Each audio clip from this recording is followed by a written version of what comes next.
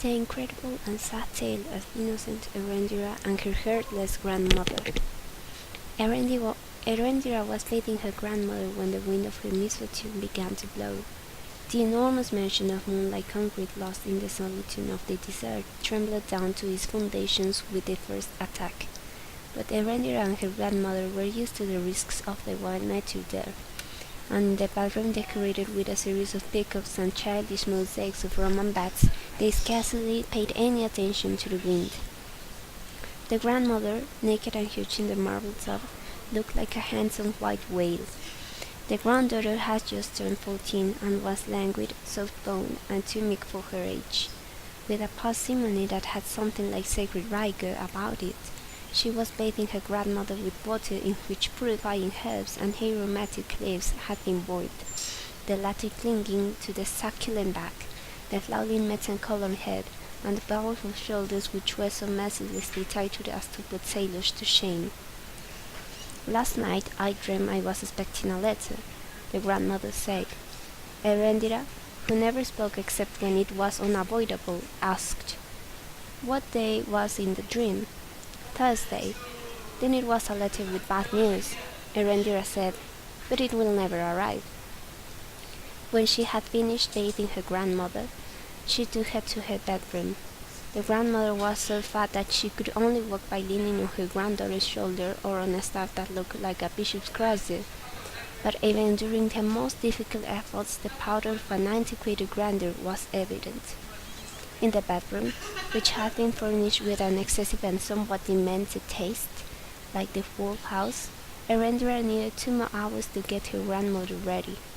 She untangled her hair, strand by strand, perfumed and combed it, put an equatorially flowered dress on her, put talcum powder on her face, bright red lipstick on her mouth, rouge on her cheeks, musk on her eyelids, and mother of pearl polish on her nails, and when she had her decked out like a large Landseif's doll, she led her to an artificial garden with suffocating flowers that were like the ones on the dress, seated her in a large chair that had the foundation and the pedigree of a throne, and let her listen to elusive records on a phonograph that had a speaker like a megaphone. While the grandmother floated through the swamps of the past, Erendira busied herself sweeping the house, which was dark and motley, with bizarre furniture and statues of invented Caesars, chandeliers of Tidros and alabaster angels, a gilded piano, and numerous clocks of unthinkable sizes and shapes.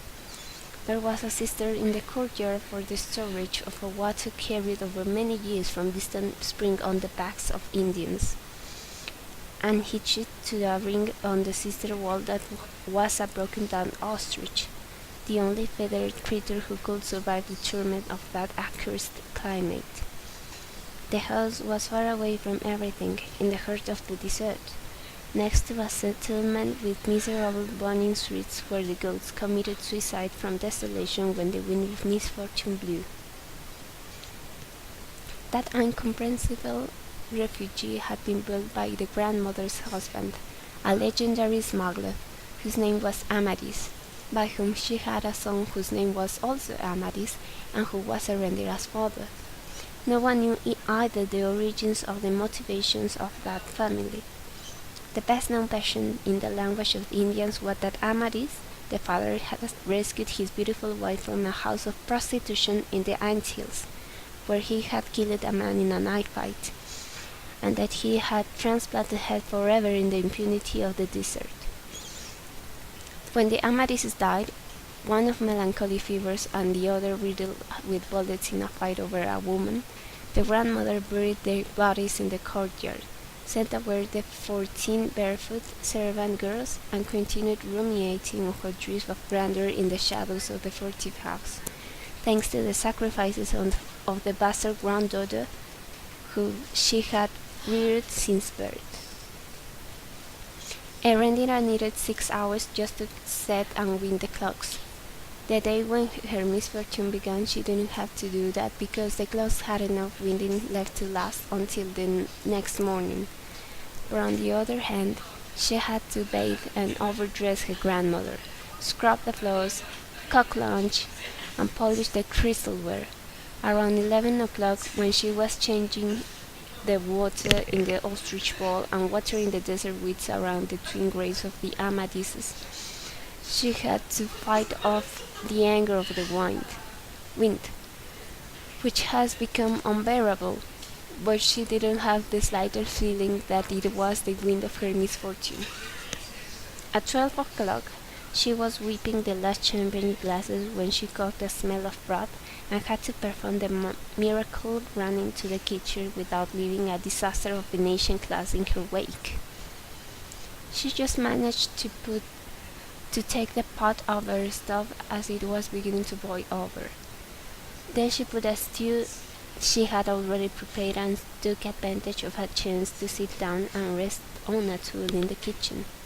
She closed her eyes, opened them again with an unfatigued expression, and began pouring the soup into the tureen.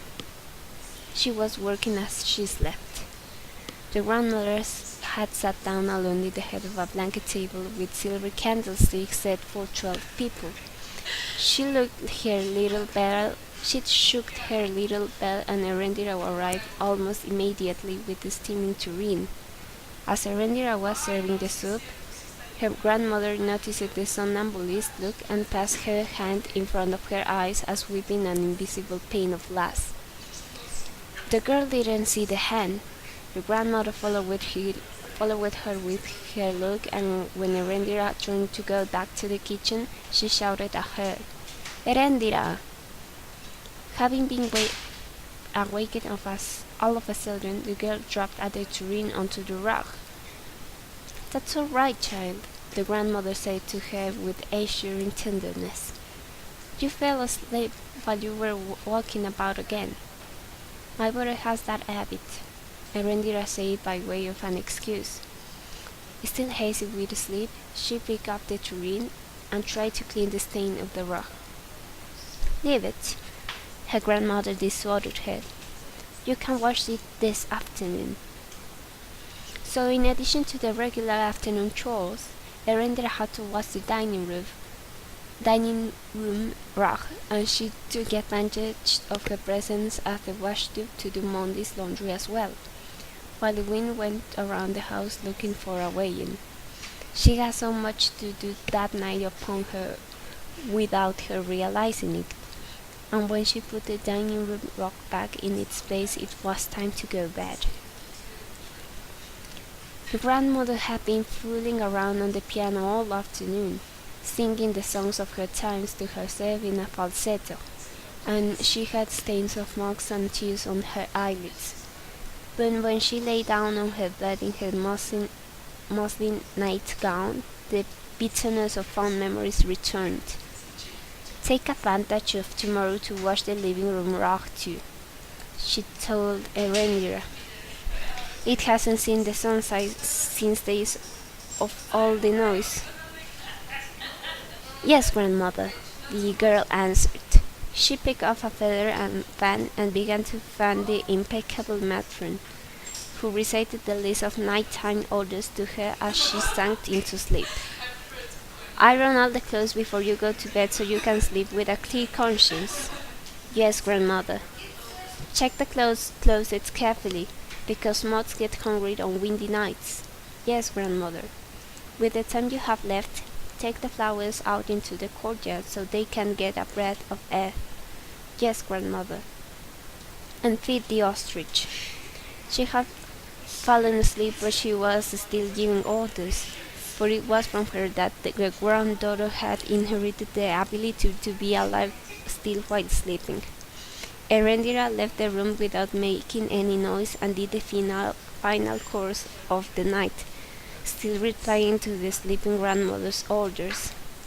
"Give the grapes some water." "Yes, grandmother."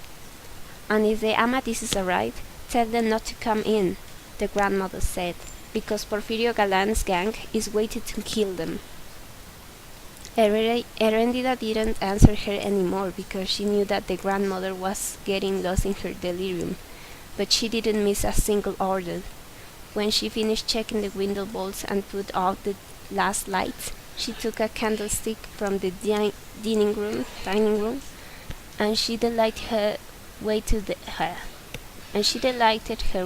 her bedroom as the pauses in the wind were filled with the peaceful and enormous breathing of her sleeping grandmother. Her room was also luxurious, but not so much as her grandmother's, and it was piled high with the rag dolls and wind-up animals of her recent childhood. Overcome by the barbarous chores of the day, Erendira didn't have the strength to get undressed, and she put the candlestick on the night table and fell onto the bed. A short while later, the wind of her misfortune came into the bedroom like a